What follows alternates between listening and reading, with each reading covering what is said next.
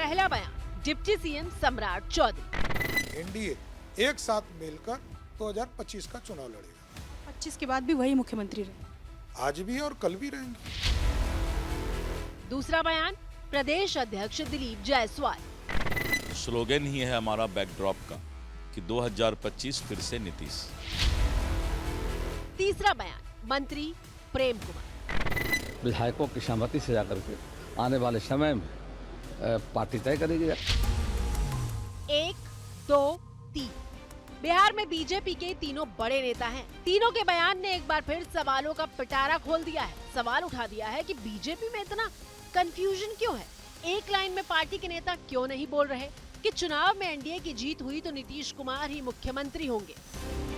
96 में गठबंधन हुआ, तब से नीतीश कुमार जी के नेतृत्व में भारतीय जनता पार्टी लड़ते रही, चाहे वो 2000 में हो, और आज भी 46 सीटें उनके पास है और हमारे पास 85 सीटें हैं। इसके बावजूद हमारा नेतृत्व नीतीश कुमार जी का, उनके कुशल नेतृत्व को कोई चैलेंज नहीं है। पहले भी थे, आज भी हैं और कल भी रहेंगे। सम्राट चौधरी ने गुरुवार को एबीपी न्यूज के कैमरे पर ही बयान दिया, लेकिन शब्दों का ऐसा माया जाल बिछाया जिसने कंफ्यूजन को कायम रखने का मौका दे दिया। अब इसे बिहार के मंत्री प्रेम कुमार ने अपने बयान से नया मोड़ दे दिया। परिणाम जब आएंगे तो निश्चित तौर पर मतलब विधायकों की सहमति से जाकर के आने वाले समय में पार्टी तय करेगी, जाकर एनडीए के लोग तय करेंगे। पार्टी का हाई कमान हमारा जो है वो निर्णय लेता है। जो पार्टी हाई कमान का आदेश होगा हम पालन करेंगे। ये तो सामान्य प्रक्रिया है। सत्ता की पॉलिटिकल साइंस समझने वाला हर व्यक्ति जानता है कि विधायक दल में नेता चुनने की प्रक्रिया होती है, लेकिन जो ध्रुव सत्य है वो ये कि मुख्यमंत्री का फैसला पार्टी का नेतृत्व करता है। बिहार में बीजेपी अकेले प्लेयर नहीं है, इसलिए नीतीश के नाम का फैसला बीजेपी का संसदीय बोर्ड तो नहीं ही करेगा। सवाल ये है कि नीतीश ही सीएम होंगे तो फिर बीजेपी वाले साफ साफ बोलने से बच क्यों रहे हैं। अब बोले कि चयन का प्रक्रिया भी बताइए, तो मैंने कहा चयन का प्रक्रिया तो अपना बोर्ड करती है, लेकिन 2025 फिर से नीतीश। तो 25 चुनाव के बाद भी क्या नीतीश कुमार सीएम बने रहेंगे, ये सवाल है। एकदम रहेंगे। प्रधानमंत्री जी नरेंद्र मोदी जी ने, हमारे देश के लोकप्रिय प्रधानमंत्री जी ने कहा, मेरे लाडले नीतीश। दिलीप जायसवाल भी गोल गोल घुमाने के माहिर हो चुके हैं। कभी संसदीय बोर्ड तय करेगा तो कभी स्लोगन का हवाला।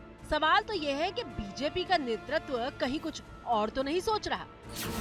ये सवाल इसलिए भी अहम हो जाता है क्योंकि पिछले दिनों नीतीश कुमार के बेटे निशांत ने कैमरे पर आकर मांग रखी थी कि एनडीए पिताजी को नेता घोषित करे। एनडीए भी घोषित करें और हमारे जेडीयू भी कार्यकर्ता सारे नेता सब मिलकर घोषित करें, एनडीए भी घोषित, सीएम है और सीएम के उनके नेतृत्व में हमारी सरकार बने, फिर से विकास का क्रम जारी रखें।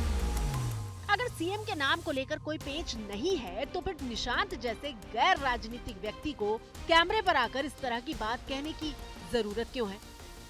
जेडीयू के सामने महाराष्ट्र का अतीत आईने की तरह है। आरजेडी के नेता बार बार शिंदे का नाम लेकर नीतीश की पार्टी को डराने की कोशिश करते हैं, साथ आने का ऑफर देते हैं।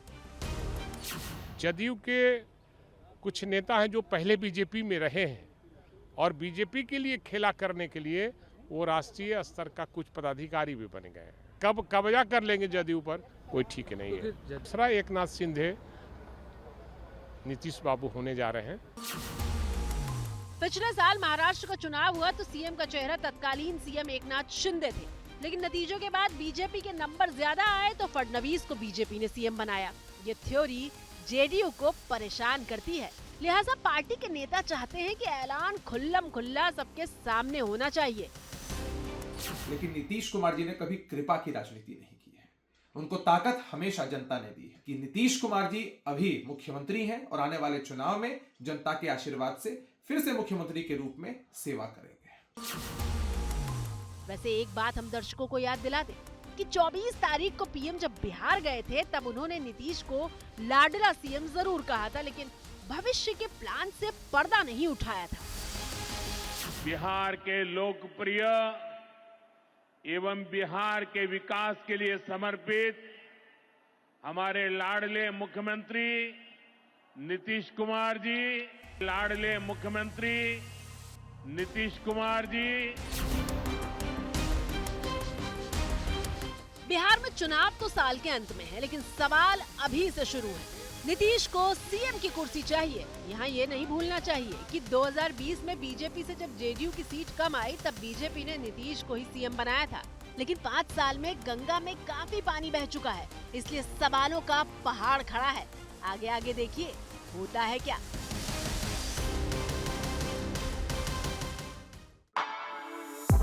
For exclusive and insightful videos, subscribe to our new channel ABP Live Premium.